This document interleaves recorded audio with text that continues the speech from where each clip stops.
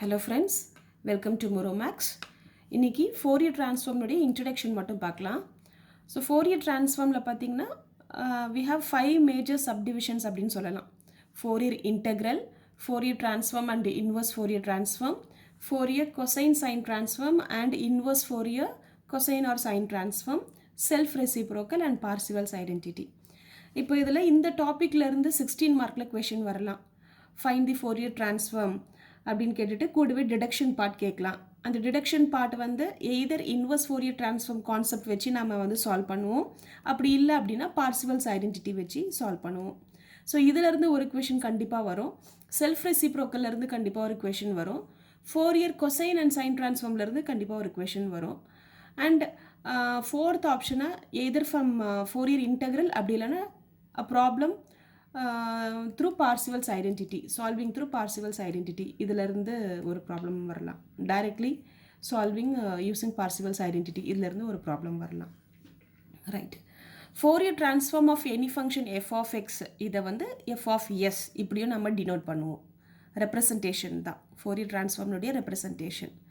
நான் Fourier integral formula f of x is equal to 1 by pi 0 to infinity integral minus to plus infinity f of t cos of lambda t minus x dt d lambda. Then Fourier cosine integral. Fourier cosine integral னு வரும்போது 2 by pi.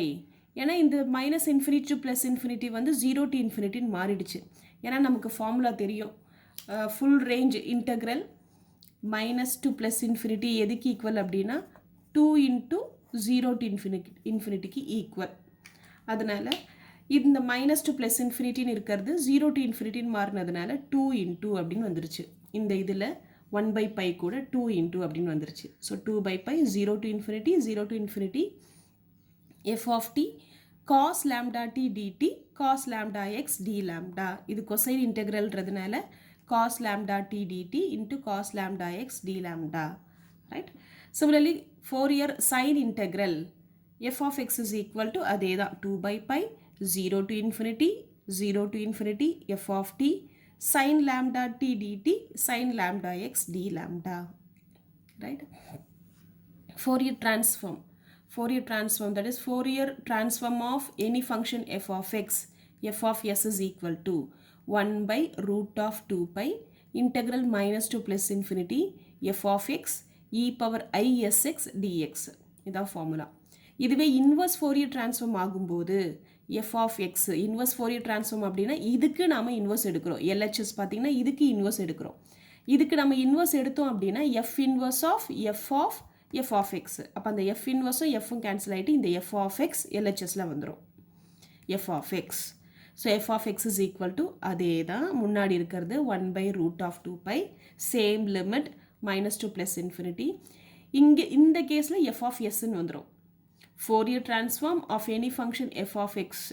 அப்போ இதில் integral function f of xன்னு வந்துடும். இங்கே f of sன்னு வந்துடும். f of s e power இங்கே வரும்போது plus isx, இன்வர்ஸுக்கு வரும்போது minus isx ds. இங்கே integral function is with respect to sங்கிறதுனால ds. இங்கே integral function with respect to xங்கிறதுனால dx. Right? Integral function வந்து எக்ஸில் இருக்கிறதுனால dx, இன்டெக்ரல் ஃபங்க்ஷன் எஸ்ஸில் இருக்கிறதுனால ds. ரைட்? இது வந்து ஃபோரியர் ட்ரான்ஸ்ஃபார்முக்கு. இதை வந்து ஃபோரியர் ட்ரான்ஸ்ஃபார்ம் பேர் அப்படின்னு சொல்லுவாங்க. இந்த ரெண்டுத்தை பேர் அப்படின்னாலே ரெண்டு நமக்கு தெரியும். ஸோ ஃபோரியர் ட்ரான்ஸ்ஃபார்ம் பேர் அப்படின்னு கேட்டாங்கன்னா இந்த ஃபார்முலா அண்ட் இந்த formula respective Fourier transform and it's inverse ரெண்டும் சேர்ந்தது தான் ஃபோரியர் ட்ரான்ஸ்ஃபார்ம் பேர். Right? Next Fourier cosine transform. Fourier cosine transform வரும்போது இந்த minus to plus infinity half range 0 to இன்ஃபினிட்டின்னு ஆகிடுது. அண்ட் நமக்கு ஃபார்முலா என்னன்னு தெரியும். மைனஸ் டு ப்ளஸ் இன்ஃபினிட்டி எதுக்கு ஈக்குவல் 2 into 0 to இன்ஃபினிட்டிக்கு ஈக்குவல். அப்போ இது கூட 2வை போடும்போது முன்னாடி ஒரு 2வை சேர்க்கும்போது இந்த 2வில் இருக்கிற ஒரு ரூட் 2வும் இந்த ரூட் 2வும் கேன்சல் ஆகிட்டு ரூட் ஆஃப் 2 by pi அப்படின்னு வந்துடும். இந்த இது கூட நம்ம 2 இன்க்ளூட் பண்ணுறோம். ப்ராடக்டாக 2 இன்க்ளூட் பண்ணுறோம். 2 இன்க்ளூட் பண்ணும்போது அந்த 2வில் இருக்கிற ஒரு ரூட் 2 இந்த ரூட் 2 கேன்சல் ஆகிட்டு ரூட் ஆஃப் 2 by pi வந்துடும். லிமிட் 0 to இன்ஃபினிட்டி நம்ம எடுத்துப்போம். ஏன்னா இது கொசைன் ஹாஃப் ரேஞ்ச். எப்படி நமக்கு ஃபோரியர் சீரிஸில் cosine series sine series half range அப்படின்னு இருக்கோ அதே கான்செப்ட் தான். அப்போ இங்கே 0 to infinity f of x cosine அப்படிங்கிறதுனால காஸ் டேர்ம் மட்டும் வந்துடும், காஸ் எஸ்எக்ஸ் டிஎக்ஸ். ரைட், அதே தான் சைனுக்கும் அப்படியே root of 2/π 0 to infinity f of x, காசுக்கு பதிலாக சைன் டேர்ம் சைன் டிரான்ஸ்ஃபார்ம் அப்படிங்கிறதுனால சைன் எஸ்எக்ஸ் டிஎக்ஸ்.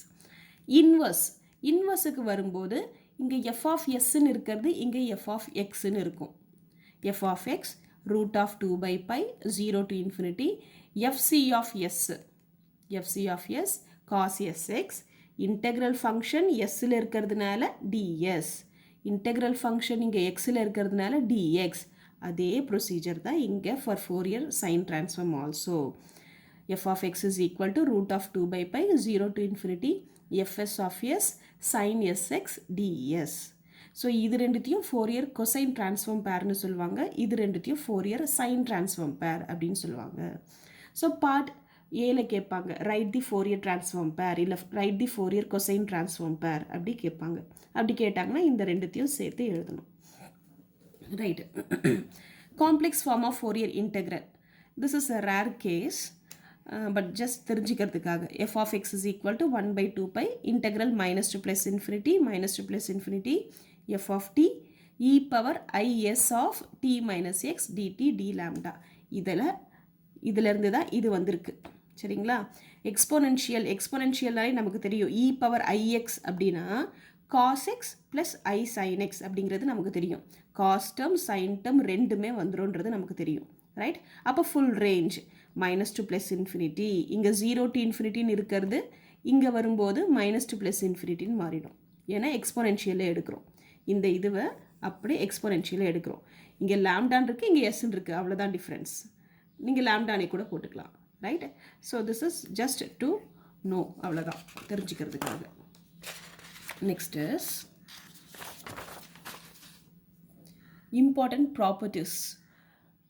ப்ராப்பர்ட்டிஸ் இந்த டாப்பிக்கில் என்னென்ன இருக்குதுன்னு பார்ப்போம். இதெல்லாம் ரெஃபர்ஸ் டு ஃபோரியர் ட்ரான்ஸ்ஃபார்ம், இதெல்லாம் refers to Fourier sine or cosine transform. So linear property f of x plus b g of x, இது ஜென்ரலாக வந்து எல்லா சின்ன ப்ராப்ளம்ஸ்லேருந்து பெரிய ப்ராப்ளம்ஸில் நம்ம அப்ளை பண்ணுறது தான். Fourier transform of say for example f of 2x² அப்படின்னு இருக்குன்னா அந்த கான்ஸ்டன்ட் முன்னாடி இருக்கிற அந்த கான்ஸ்டன்ட்டை நம்ம வெளியில் எடுத்துகிட்டு 2 into Fourier transform of f of x², Fourier transform of x² அப்படின்னு நம்ம எழுதுவோம், அவ்வளோதான். So f of x plus bg of x is equal to a into Fourier transform of f of x plus b into Fourier transform of g of x. அந்த கான்ஸ்டண்ட்டை முன்னாடி எடுத்துட்டு மீதி இருக்கிற ஃபங்க்ஷனுக்கு மட்டும் நம்ம Fourier transform அப்ளை பண்ணுவோம், அவ்வளோதான். Same is applicable for Fourier cosine and sine transform, அதே தான். சேஞ்ச் ஆஃப் ஸ்கேல் ப்ராப்பர்ட்டி, இந்த ப்ராப்பர்ட்டி பார்த்தீங்கன்னா பார்ட் ஏல கேட்பாங்க, state and prove change of scale property அப்படின்னு கேட்பாங்க. So Fourier transform of f of ax is equal to 1/a Fourier transform of s by a, f of s by a, right? இது வந்து இந்த பேசிக் Fourier transform ஃபார்முலாவில் இந்த ஃபார்முலாவில் apply பண்ணி நம்ம சால்வ் பண்ணி எடுத்துகிட்டு வருவோம்.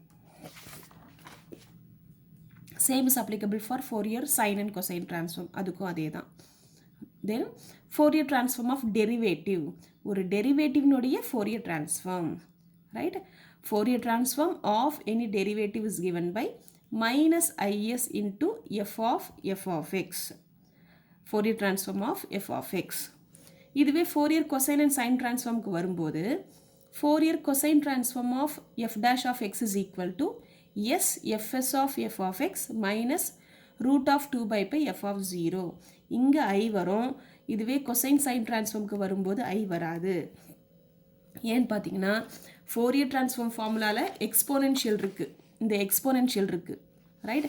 அது டிஃப்ரென்ஷியேட் ஆகும்போது இந்த பவர் ஐயும் எஸ்ஸும் வந்துடும். எக்ஸ்போனென்ஷியல் எக்ஸுக்கு முன்னாடி இருக்கிற இந்த ஐஎஸ் இ பவர் ஐஎஸ்எக்ஸ், எக்ஸுக்கு முன்னாடி இருக்கிற கான்ஸ்டன்ட் ஐஎஸ் வந்துடும், ரைட்? அதனால இங்கே ஐஎஸ்ன்னு இருக்குது. ஆனால் இதுவே வந்து ஃபோரியர் கொசைன் சைன் ட்ரான்ஸ்ஃபார்மில் பார்த்தீங்கன்னா நமக்கு அப்படி கிடையாது. கொசைன் சைன் ட்ரான்ஸ்ஃபார்மில் பார்த்தீங்கன்னா எக்ஸ்போனென்ஷியல் டேர்ம் கிடையாது, காசு சைன் அப்படி தான் இருக்கும். அதனால் கொசைன் சைன் ட்ரான்ஸ்ஃபார்முக்கு வரும்போது வராது, சரிங்களா? அடுத்தது derivative of Fourier transform. Fourier ட்ரான்ஸ்ஃபார்ம்னுடைய டெரிவேட்டிவ் இது நம்ம எந்த கேஸில் அப்ளை பண்ணுவோன்னா, கொஷனில் இதை மாதிரி ஒரு ஃபங்க்ஷன் கொடுத்துருக்காங்க, ஃபோரியர் ட்ரான்ஸ்ஃபார்ம் ஃபைண்ட் அவுட் பண்ணுறதுக்கு இதை மாதிரி ஒரு ஃபங்க்ஷன் கொடுத்துருக்கும் போது இந்த formula. Say for example, find the Fourier transform of x square e power 2x அப்படின்னு கேட்குறாங்க. அப்படின்னா எக்ஸ் ஸ்கொயர் அப்போ minus i whole power 2 d square by d s square of f of e power 2x அப்படின்னு நம்ம போடுவோம்.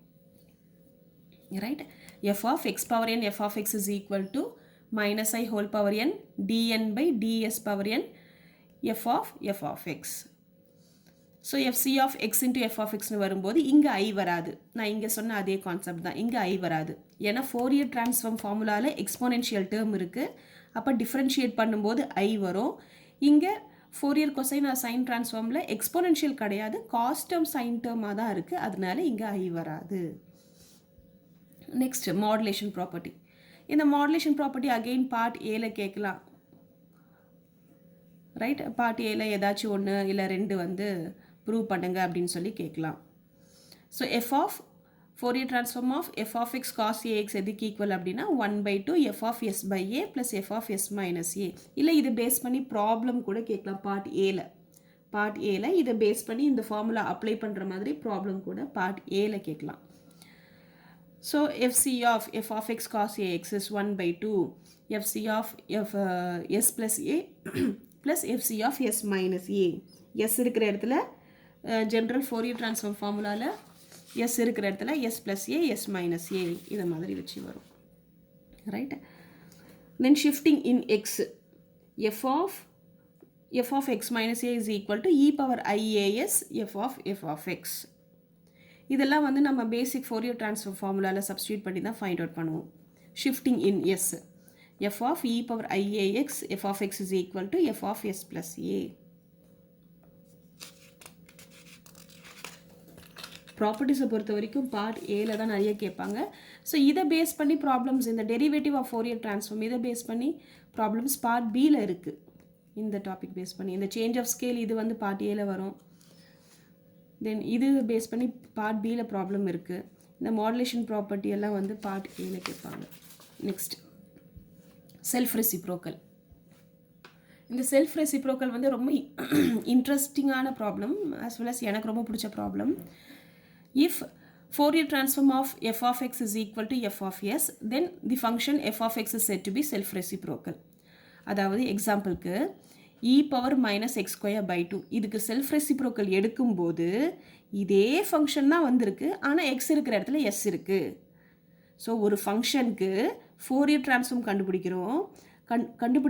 கண்டுபிடிக்கும் போது அதனுடைய ரிசல்ட் ஃபைனல் ரிசல்ட் இதே ஃபங்க்ஷன் மாதிரியே தான் இருக்குது, எக்ஸ் இருக்கிற இடத்துல எஸ் இருக்குது அப்படின்னா தென் தட் ஃபங்க்ஷன் இந்த function is set to be self reciprocal under Fourier transform. Fourier transform find out பண்ணும்போது வந்தால் under Fourier transform, Fourier cosine transform find out பண்ணும்போது இதே மாதிரி வந்தால் அண்டர் ஃபோரியர் கொசைன் ட்ரான்ஸ்ஃபார்ம். அதுக்கு தகுந்த மாதிரி மாற்றி எழுதிக்கணும். So Fourier transform of any function f of x is f of s அப்படின்னா the function f of x is set to be self reciprocal. Right, இது பேஸ் பண்ணி பார்ட் பியில் ப்ராப்ளம் கண்டிப்பாக வரும். ரொம்ப இம்பார்ட்டண்ட்டான டாபிக், ஏன்னா இது டிஃபிகல்ட்டாக இருக்கும். ஸோ நமக்கு தெரியும் டிஃபிகல்ட்டாக இருக்கிறது தான் பார்ட் பியில் கேட்பாங்க. ஸோ இதனுடைய ப்ராசஸ் பார்த்திங்கன்னா டிஃபிகல்ட்டாக இருக்கும். ஒரு சின்ன மிஸ்டேக் பண்ணாலும் போயிடும், ஃபுல்லாக கம்ப்ளீட்டாக அதுக்கப்புறம் போடுற ஸ்டெப்ஸ் எல்லாமே போயிடும். ஸோ பார்ட் பியில் கேட்கக்கூடிய ரொம்ப இம்பார்ட்டண்ட்டான டாபிக் இது. Then convolution theorem or faltung theorem. Other name for convolution theorem is faltung theorem. If Fourier transform of f of x is f of s and Fourier transform of g of x is g of s, then Fourier transform of f of x star g of x is given by இந்த Fourier transform இந்த ரெண்டு ஃபங்க்ஷனுக்கு செப்பரேட்டாக வரும்போது நடுவில் product ஆகிடும். f of x into f of g of x. இதனுடைய representation f of s, இதனுடைய representation g of s. f of s into g of s அவ்வளோதான். ஸோ இதை பேஸ் பண்ணி தான் இந்த Parseval's identity. Integral minus to plus infinity modulus of f of x the whole square dx is equal to integral minus to plus infinity modulus of f of s the whole square ds. இது Fourier transform அப்படிங்கிறதுனால full range minus to plus infinity. இதே Fourier cosine transform sine transform ஆகும்போது half range 0 to infinity, ரெண்டு சைடுமே same limits. இந்த side என்ன limits எடுக்கிறோமோ அதே தான் இந்த side, right? So half range இடும்போது 0 to infinity, 0 to infinity. இந்த பார்சிவல்ஸ் ஐடென்டிட்டியை பேஸ் பண்ணி டைரெக்டாகவும் ப்ராப்ளம்ஸ் இருக்குது, இல்லை ஃபைண்ட் ஃபோரியர் ட்ரான்ஸ்ஃபார்ம்னு கேட்டுட்டு டிடக்ஷன் பார்ட்டுக்கு அப்ளை பண்ணக்கூடிய ப்ராப்ளம்ஸாகவும் இருக்குது. இந்த பார்சிவல்ஸ் ஐடென்டிட்டியை யூஸ் பண்ணி டிடக்ஷன் பார்ட் சால்வ் பண்ணுற மாதிரியான ப்ராப்ளம்ஸும் இருக்குது. ஸோ இந்த பார்சிவல்ஸ் ஐடென்டிட்டி டிடக்ஷன் பார்ட்டில் எந்த கேஸில் யூஸ் பண்ணுவோம் அப்படின்னா, கொஷனில் கொடுத்துருக்கிற ஃபங்க்ஷனுடைய பவர்ஸ் ஃபைண்ட் அவுட் பண்ணுங்கள், டெடியூஸ் பண்ணுங்கள் அப்படின்ட்டு கொஷனில் கொடுத்துருக்கிற ஃபங்க்ஷனுடைய பவர்ஸ் கிரேட்டராக இருக்கும்போது, அதாவது நாம் ஃபைண்ட் அவுட் பண்ண ரிசல்ட்டை விட கிரேட்டராக இருக்கும்போது பார்சிவல்ஸ் ஐடென்டிட்டி யூஸ் பண்ணுவோம். நமக்கு வந்து ஃபோரியர் ட்ரான்ஸ்ஃபார்ம் ஃபைண்ட் அவுட் பண்ணி வச்சுருப்போம், இல்லை inverse Fourier transform find out பண்ணி வச்சுருப்போம். அதனுடைய ரிசல்ட் சே ஃபார் எக்ஸாம்பிள் அந்த ஓவரால் ஃபங்க்ஷனுடைய ரிசல்ட் 2ஆக இருக்குது, ஆனால் கொஷனில் பவர் 4ன்னு கொடுத்துருக்காங்க அப்படின்னா அந்த கேஸில் பார்சிவல்ஸ் ஐடென்டிட்டி யூஸ் பண்ணணும். ஸோ கொஷனில் கொடுத்துருக்கிற ஃபங்க்ஷனுடைய பவர்ஸ் அண்ட் நமக்கு கிடைச்சிருக்க ஆன்சர்னுடைய பவர் ரெண்டும் சேமாக இருக்கிற டைமில் நம்ம வந்து இன்வர்ஸ் ஃபோரியர் ட்ரான்ஸ்ஃபார்ம் மெத்தடை வச்சு நம்ம சால்வ் பண்ணிடலாம். கிரேட்டராக இருக்கும்போது பார்சிவல்ஸ் ஐடென்டிட்டி. ஓகே ஃப்ரெண்ட்ஸ், இது பேஸ் பண்ணி ப்ராப்ளம்ஸ் அதர் வீடியோஸில் பார்க்கலாம். தேங்க்யூ.